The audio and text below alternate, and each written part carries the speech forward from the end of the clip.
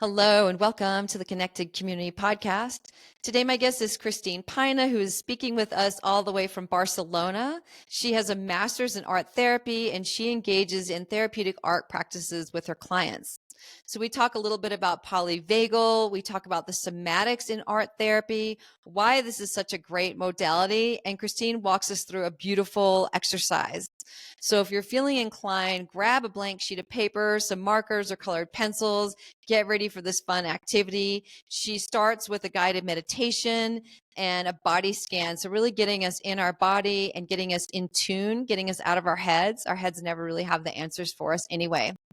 So today we talk about why this modality works. What I love about it is it's for everybody, any age group, and it doesn't have to be beautiful. It doesn't have to be perfect. It can be messy and disorganized. We can do the art with our non-dominant hand. And so I really just love this for a connection to self, our creativity, and our inner child. So I hope you'll enjoy this podcast. Please, if you do, take a moment to give us a like, a share, and a subscribe. So much gratitude if you leave a comment or a review. And I hope you'll enjoy this episode.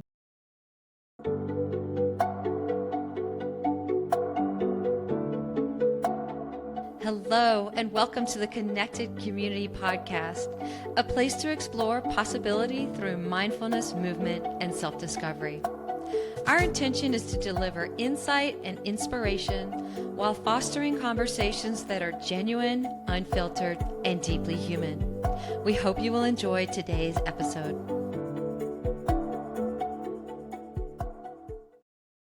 Hi, Christine. Welcome to the Connected Community Podcast.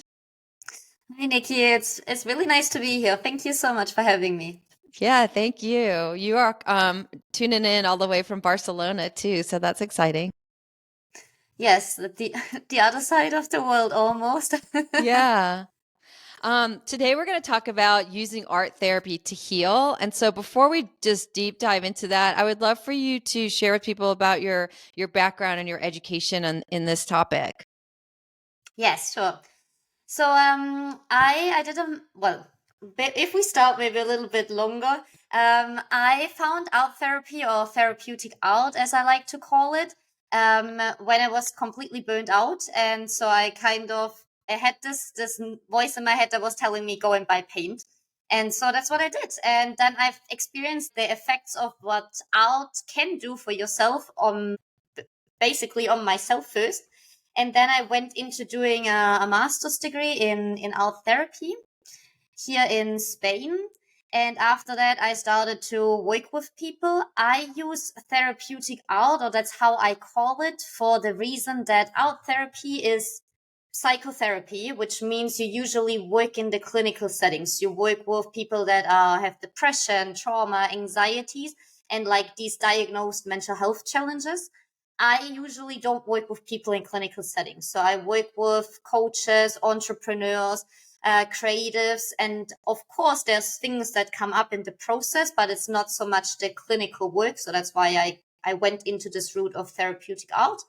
And since about, I think like 3 years now, I started to do workshops and working one-on-one with clients, and of course also continuing to learn more. Yeah, beautiful. And what I loved about our conversation when we spoke before was that you said that you don't need to be an artist to create art. And I think so many people would be intimidated by doing therapeutic art because they would be afraid. That'd be me. I'd be one of those people where I feel like I'm not super creative and I can't paint and draw. I mean, this is like what I've told myself. But that doesn't matter, that it can be messy and it can be an expression. And so can you talk a little bit about that piece, about how it doesn't have to be perfect? Yes, then that's the whole point. So when we usually do art, we think about creating like a nice painting, like it has to be perfect. But therapeutic art is all about, and art therapy as well, is all about expressing what's going on inside. So what's happening in your subconscious mind and also regulating your body. So quite literally, you don't want to have a perfect drawing. It doesn't even matter what you get at the end. It's all about listening inwards and then saying, okay, maybe I make an orange stroke here and a red circle here, or I just go completely crazy and paint however I want. And it's really about feeling what does my body want to express Mm-hmm. without thinking about what do I want to have created at the end. Yeah. Yeah, beautiful. Right. It's like whatever I feel versus what my head's telling me is appropriate. Yeah. Exactly. And so you use polyvagal theory and somatics and parts work in your art therapy practice. And so I'm really curious about how you do that. And so can we talk a little bit about what is polyvagal theory before we go into it a little bit further? Yes. So polyvagal theory is really how we can understand our nervous system and how we react and engage with the world. In polyvagal theory, there's 3 stages, and I always like to think of them as a traffic light. So literally a green, an orange, and a red stage. And when we're in the green stage, we are in this connection mode. We're open, we're calm, our entire system is relaxed. And this is the state we want to live our life from, because that's where we feel joy, that's where we can make the best decisions, that way we can feel creativity come up, innovation. And then what happens a lot, unfortunately, in our society, that we go up into the yellow state, into the parasympathetic state, into the sympathetic state, where really our body goes into this fight or flight mode. So our body's starting to prepare for any kind of danger that could be coming up. So our heart rate's gonna be a little bit faster, everything's gonna go up a little bit. And it's like, really, yes, when this yellow danger, what could happen? And this is where most people are living their lives from, because we're taught to always be on, we're taught to always do all of the things. And that's where most of us are.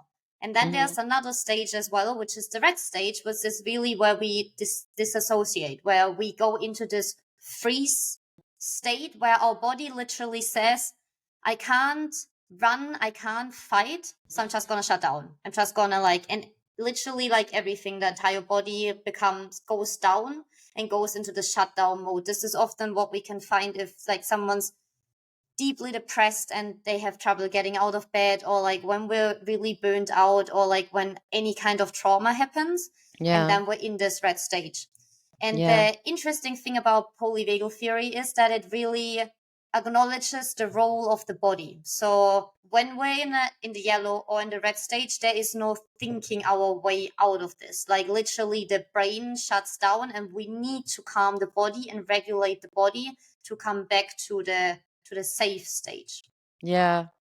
It's funny when you're talking about this, I'm having this vision of in the green stage, everything's good and we're connection and we're eating and drinking with our family and having a really good time. And then with the yellow or the orange, we're thinking about somebody's told us there's a lion that's in the woods and we're having a picnic in the woods and we're don't know where it is and we're panicked and we're anxious and we're looking around. And then the red is we see the lion, and then the lion, we freeze or we run or we out. And so if we're living in that red where we're waiting for the lion and we're anxious and we're on pins and needles waiting for it, that wrecks our entire system because it's dysregulated all the time. And that's how a lot of us are living right now, dysregulated. Yes, exactly. And it's so normal to be dysregulated, and we've been dysregulated for so long that we don't even know. Usually we notice then when it's really, when we get to a point where we're so depleted, so overwhelmed, a lot of us that are burned out, or we literally can't move any further. That's when we realize that we've actually been acting from and behaving from the state of where, oh my God, the lion's gonna come in, instead of just being calm and present in the moment. I almost think sometimes when we get sick or we have an injury, so say we have a knee injury that takes us out for a month or something like that, that it's our body's way of saying stop, you need to chill out, you need to regulate, you need to slow down. And it's this forced slowing down to make us come back into a regulated state. Yes, and I love that you mentioned that, because there's actually a lot of people that are researching in this direction, and our body has so much wisdom, and anything that our body is communicating to us is another message. And we can even go into the metaphysical causes of diseases. There's a lot of literature written about what the thoughts could be, the emotions could be, and even the energy could be that brings us to having a specific disease and then going into that, because all of it is, it's just our body trying to tell us something. And I always like to think of it as like, in the beginning, our body will give us a little bit of a sign. So it's maybe like the yellow light in our car that's telling us, okay, maybe you should do a check soon.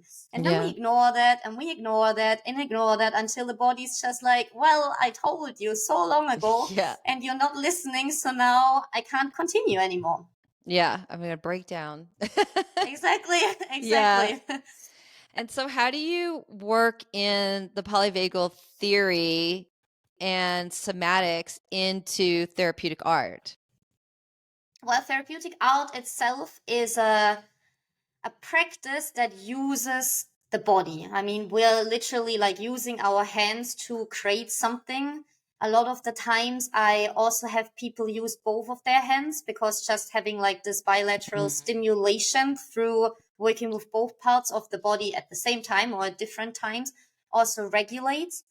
And in terms of like polyvagal theory and regulating, it's all of this bottom up approach. So it all is about regulating your body through breath, through movement, through becoming aware of what's happening.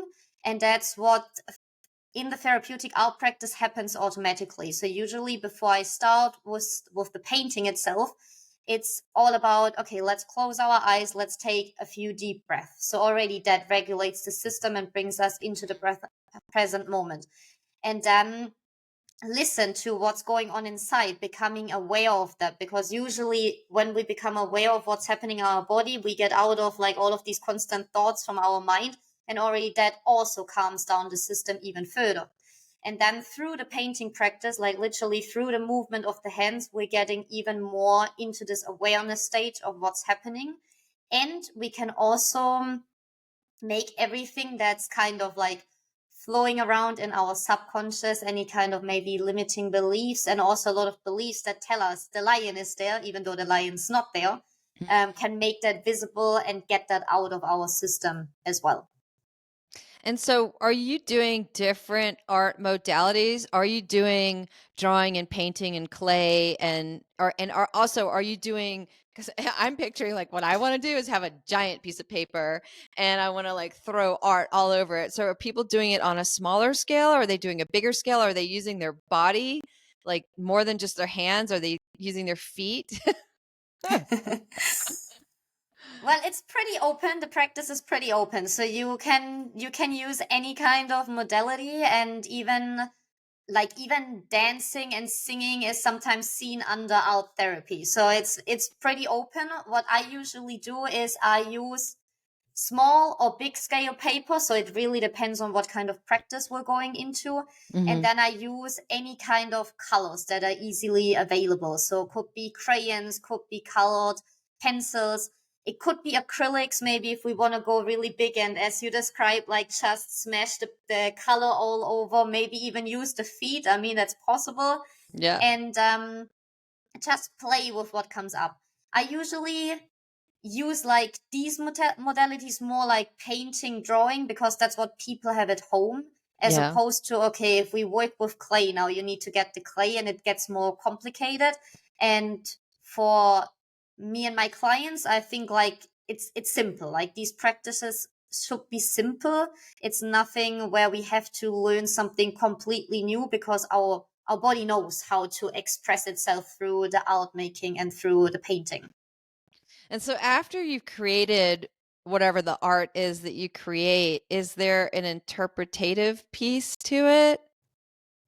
Yes, there is, but I can't interpret it. So Yeah. everybody who draws their own painting, they have to understand their own message, so to say, Yeah. their own message from their subconscious. So what I do is I help people and my clients usually through asking them questions. So the best question that I think we can always ask ourselves after any artwork, we just sit with it, we look at it, and we ask, what surprises me about this drawing? Mm. And usually, like, there might be something in this drawing where we're like, okay, this is different. What is this about? And then go a little bit deeper and reflect, what is this drawing actually telling me? For example, I was working with a client who was procrastinating a lot, and we went also into her body. We went into the drawing, and she kind of intuitively drew like a silhouette of a person and had like a line cut at her throat. And it was like energy flowing through all of her body, and there were nice lines, but there was no energy in her head. And she understood from this drawing that really she has a block in her throat that makes this energy not go up, and because of that she's procrastinating. So it's like, Okay, cool. it's like you understand your own meaning out of it. I couldn't come up with a meaning like that for a client. Yeah. Yeah. Beautiful.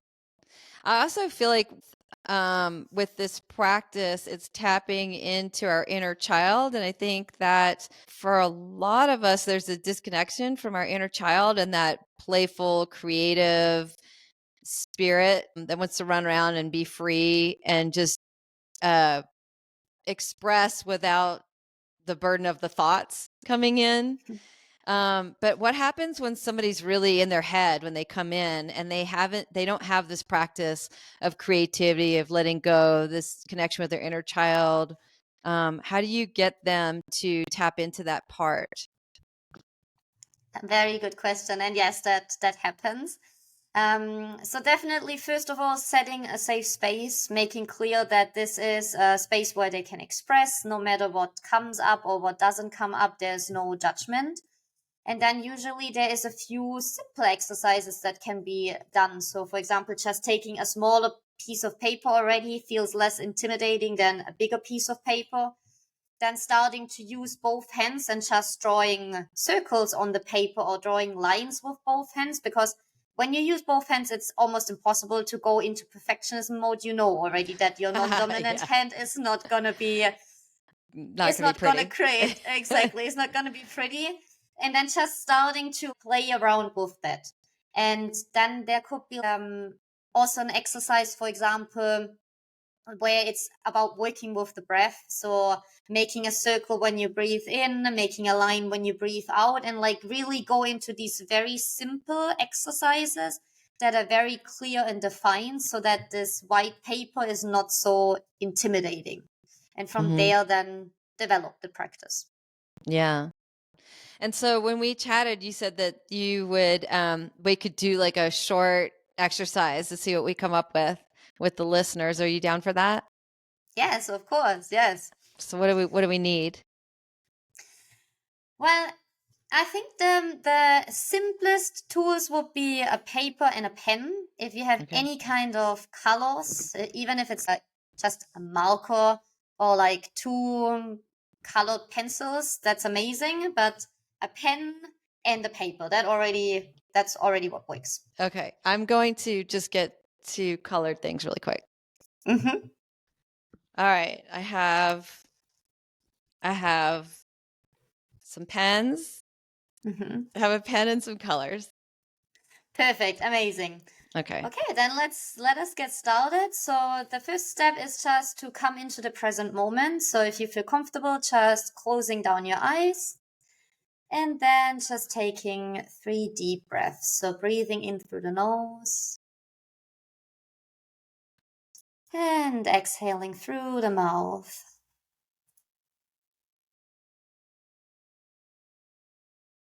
One more time, deeply inhaling into your belly. And deeply exhaling through your mouth. And one more time, deeply inhaling.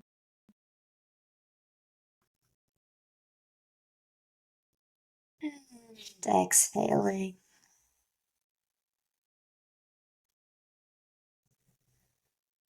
Then feel into your hands. Feel the aliveness, the vibration in your hands. Feel into your feet, the aliveness and vibration in your feet. Then slowly move up your legs, the ankles, your shins, your knees. Moving up your upper legs, feeling how it feels to sit on the chair that you're on, moving up your spine, feeling into your shoulders, relaxing them, relaxing your jaw, the space between your eyebrows, your eyes, relaxing your entire head and your body, and just fully coming into this moment. And then just connect with a sensation in your body. This could be maybe a sensation of contraction that you might feel somewhere, or openness. Any sensation that comes up, or feeling as well.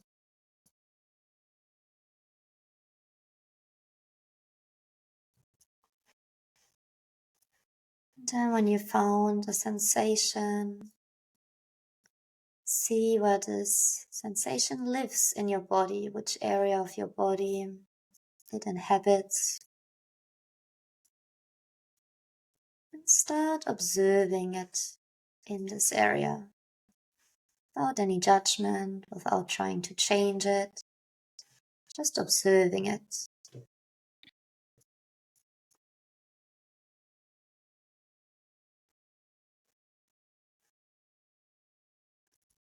And as you observe it, you might or you might not see any colors. Maybe you see a shape or some patterns that emerge. And if you don't see anything, don't worry. Just continue observing in the way that comes natural to you. And if you see any colors or patterns or textures, see if they're changing or if they're staying the same. Both is okay.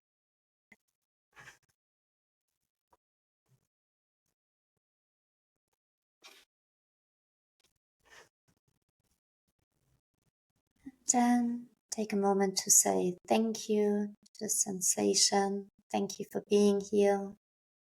It's showing you something, your body's communicating something to you.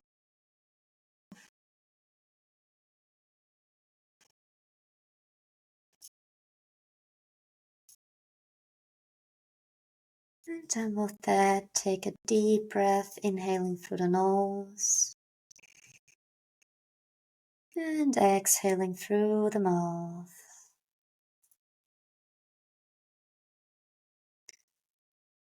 Then coming back into this moment, start to move your fingers, your feet, shoulders. And whenever you're ready, blink your eyes open. And then take the paper in front of you and draw a silhouette of your body on the paper.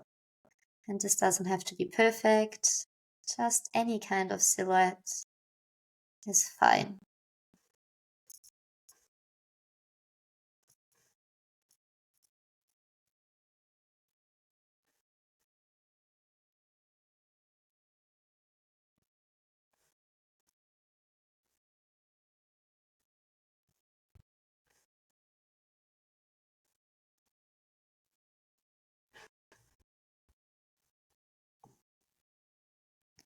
And then once you've drawn the silhouette, draw inside of the silhouette what you've been seeing and experiencing with the sensation that you were focusing on. Maybe if it had a color, you can use these colors. If you didn't see a color or any shapes or patterns, then just intuitively grab whatever color feels good to you and just draw it in. And there's no right or wrong. See if you can be guided by your hands, by your body, when you draw in that sensation.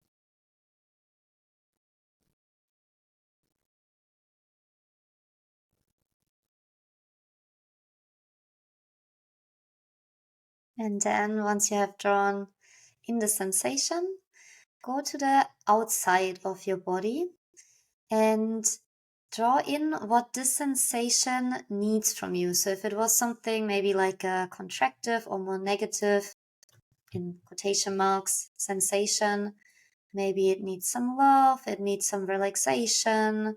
So just intuitively draw outside of the body what it needs. And if it was more of an open or positive sensation, you could draw around your body anything that could amplify this experience. And see if you can go to your body for the answer on what to draw. If you feel like just drawing lines or circles or any kind of shapes and colors, draw that. If you feel like there's a specific symbol that's coming up, then you could draw that in.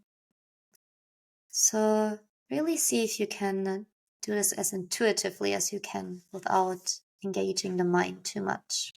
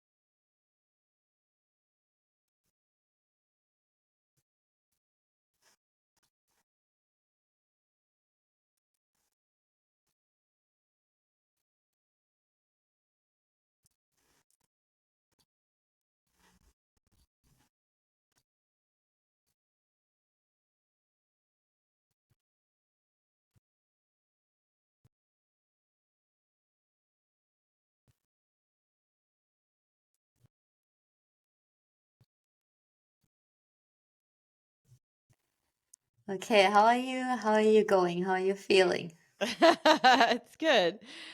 This is fun. My picture's interesting. Should I tell you about my picture? Yes, and what maybe also for the listeners, what did you experience during the meditation? What was the kind of like sensation that came up? The meditation was great. I just felt like I connected with my body and just everything relaxed. And then I realized that when I was doing it, when we came out of it, I was realizing where I'm holding tension in my body. And so I'm feeling something outside my right shoulder blade is where there's tension. I feel a little tension in my jaw. And I feel like my legs are crossed and I feel like there's tension where I'm squeezing my legs. So here's my picture. Oh, wow. Okay, interesting. Can you describe it? Well, so the red is the tension where I was feeling the tension in my body. And then I felt with it, what was coming down was this layer of healing and protection. And so there was this big layer and then it just dropped all over around my body. And so, and everything's surrounded by hearts. I don't know if you can see the Mm-hmm. Oh, hearts. And nice. so it was just sending those areas love and protection and light and healing energy. Mm. And how do you feel now? Did you feel a shift when you were drawing the hearts? Or maybe not just. Yeah, no, I felt like a lot of joy. I mean, I still feel there's this knot in the back of my shoulder. But it feels like it has a more joyful, playful element to it. Mm. So what's of course like easier in a session is now with this knot that you identified, there is something behind it and there is surely like a deeper message. Of Yeah. course, giving it love and like already creating this first layer of protection where it feels safe to even open up is an amazing start. And now the work would really be going into that and seeing what's inside of that, or why your body is creating this knot, so that then you can get that message and Yeah. reprogram whatever root belief is coming up that creates this Yeah. this sensation. So it's an avenue into the unconscious. Exactly. Like the therapeutic art is, it has the power to make visible what's happening in our subconscious that we're not aware of. And then by making it visible, by bringing awareness to it, and also through the movement practices, we can also reprogram what's going on inside. So not only making it visible, but actually Yeah. changing these root causes and bringing in new beliefs. So we're not going to do a movement practice right now, but what would be a good movement practice that people can do on their own? A good movement practice to go deeper. Yeah. So if there's any kind of, for example, with this tension that you're feeling, in addition to the outwork, or what they could do, or what we could do, is put on some music and then start to move and see if you can move and kind of like, it sounds weird now, but kind of dance with that sensation that you have, and see if through the different movements how it's starting to change, or maybe it's staying the same. Yeah. But just getting into a little bit of a state of like a little bit more trance, a little bit more relaxed, a little bit more calm, and like through this movement. And then after you did this movement, sit down again on the paper Yeah. and draw anything that came up in the practice and that comes up also now in the moment. And for that, you could even ask yourself a question of, what is this telling me? Or what is this part, this sensation, this emotion trying to tell me? Yeah. And let yourself be guided by what comes up through your hands. And then see afterwards, okay, whatever it came up, it might be that you understand the message. A lot of the times it's just energy that needed to move out, and we don't even understand what it was about, but it shifted just through letting it move out. Yeah. So there's not necessarily a need for words to be placed. Like we could just find that piece, dance with it, explore it, figure out the message, and then in that it could potentially release on its own, or it could be that there's a deeper dive that needs to happen. Exactly. And that really depends on the specific issue at hand. That really depends on where we're at in our journey, but not everything needs words. And that's also, I think, why art is so powerful, because a lot of the times we don't even have the words. I remember when I was completely burnt out, the talk therapy, it didn't help me because I couldn't even express what I was feeling. I was so disconnected from it. But the painting really helped me because I didn't need to engage my brain. I didn't need to put more words and labels onto these things that I was feeling. I could just feel them through the artwork, through the paper. Mm-hmm. What do you think about the therapeutic art that they have those adult coloring books? Mhm. What do you think about those? Well, they're really nice in terms of like calming your system, just like being in the present moment and practicing being present, which I think is a very important practice that we're not doing enough. Mm-hmm. But in terms of really reprogramming what's going on inside and going really deep, I think the coloring books are not gonna get to this place because it's too structured. It's like, okay, you have the drawing, we need to fill in this drawing, which is calming, but it's Yeah. not gonna work with whatever sensation, emotion you want to transform. Okay. Yeah. So it can help regulate our nervous system, but it's not going to bring in those unconscious insights potentially. Exactly. Yes. Okay. So what are some other techniques that we can do to regulate our vagus nerve, calm our system down? So, I mean, we've already done several here. Yes. So, I mean, as we already started, breathing, especially when we exhale through the mouth, when we exhale in a long fashion, when we breathe into the belly, Mhm. then the movement of the out making. And specifically, I love when it's really when we're in this red stage, when we're really in this danger stage, to use both hands, even if it's just on a small paper. If Oh, that doesn't yeah. feel good, like the bilateral drawing, then any kind of movement, just getting up, shaking it out, can be super helpful. a lot of people that I've seen recently also doing the butterfly clap. So literally like putting your hands over your chest and Yeah. clapping left and right. Um, any practice really that gets you into the body. So even like yoga, when you connect to the body and you feel what's going on inside, doing a body scan as well. So anything that connects us to the body and Yeah. helps us to also get out of the mind.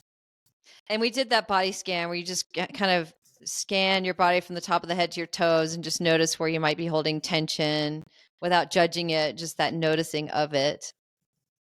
Exactly. I think that's also an important piece that we often forget or don't know when we do these practices for the first time. We scan our body and then we think, oh my God, I have pain there and I have pain there and I have pain there. And then we engage the mind and we're already like thinking, Yeah. okay, all of these things are happening. And that's not the point. The point is just to really be present. Give these sensations, these emotions a space to be without judging them, just accepting them in the moment. Mm-hmm. And then maybe they transform, maybe they don't. That's okay. But just through giving the space, we're regulating our system. Mm-hmm. I would love for you to share what has been the most impactful um, therapeutic art moment in your life personally. Oh, well, what a good question. I think like the one that I always come back to because it started this entire journey was literally when I was doing art for the first time again after I burned out. And I like when I was a child I always was super creative, but then at one point I stopped doing any kind of art because I thought, well, now an adult I can't do all of these creative fun things anymore because that's for children, and also I don't know Yeah. how to paint. And so then when I hit burnout from working too much, from not honoring my creativity, and then this first moment of just holding this paintbrush in my hand, and I remember I was like, I bought like the cheapest things from a dollar store, and I had a plastic bag on my bed. I put all of the things on this plastic bag to not put all of the color everywhere, and just I was just drawing and painting without any plan. That I think that started this whole transformation for me and understanding how important it is to honor our creativity and be in our body. Yeah, because I don't think that's an uncommon story when we get into adulthood that we kind of shove all that into a box or into a closet and then we feel like we've outgrown it. And the opposite's true is that's when we need it the most. Exactly, and I mean we're creative beings. Like no matter what job we do, we need creativity. So just practicing that and like honoring that and continuing with that, I think it's like it's part of being human, no matter how old we are. Hmm. Well, and I love that because this is for everybody. So you could be doing this practice if you're 90 or if you're 10, or you could do this with your kid, or we could teach our children how to do this. And so I think it's nice because it's accessible for everybody and we don't have to do it through talk. Although it sounds like in combination with talk is how it's most efficient. Exactly. If you work with a therapeutic art coach or even an art therapist, depending on where you're at in your practice, of course, an element of talk comes in because then once we understand these messages, once we reprogram, there usually comes a piece of action. What do I do now with this? How do I implement Yeah. this in my life? And of course, there we will need words. Yeah. Yeah. Yeah. Perfect. Um, Before we wrap it up, is there anything else that you'd like to share around this topic? This is fun. I love how it's accessible for everybody and how and it's simplified. I think just that like the only piece is in whatever way feels good to you, go back and be creative. If this is painting or drawing or maybe you even like if it's gardening for you, do something with your hands, do something where you can use your body creatively that brings you into the moment. I think already that is such an important tool. And then, of course, if you want to go deeper, work with someone that knows how to guide you in these spaces. Mhm. But I think already, like, by being creative and like trusting your own intuition in this, like, if your intuition is telling you, Yeah. go by Peine.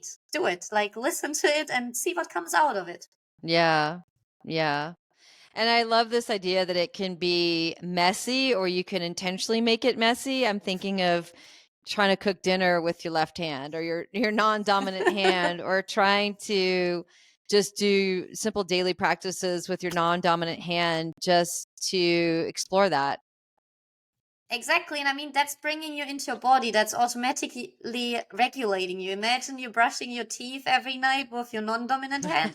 This is gonna, like, it's gonna give you a laugh and it's gonna bring you into the moment. And Mhm. before you go to sleep, you're already regulating your system a little bit.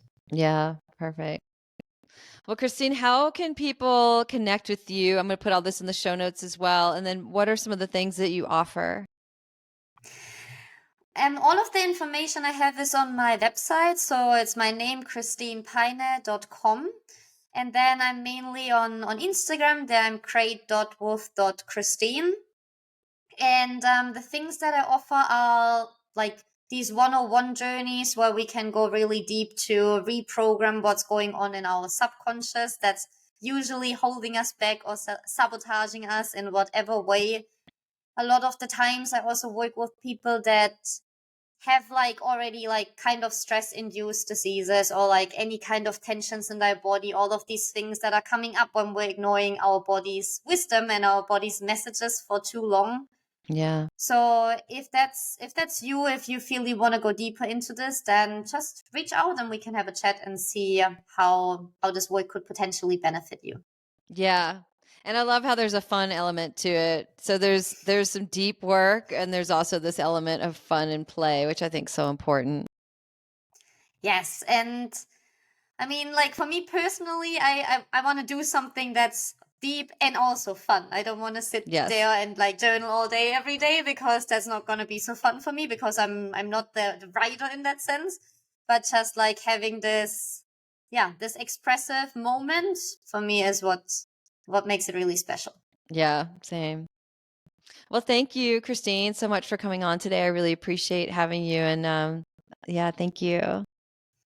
Thank you so much as well for having me, and thank you to everybody who's listening. Thank you for listening to the Connected Community Podcast. If you enjoyed today's episode, please like, share, and subscribe. I can be found at www.nikkiyoga.com, NICKYYYOGA.com. Until I see you again next week, I hope you have a beautiful day.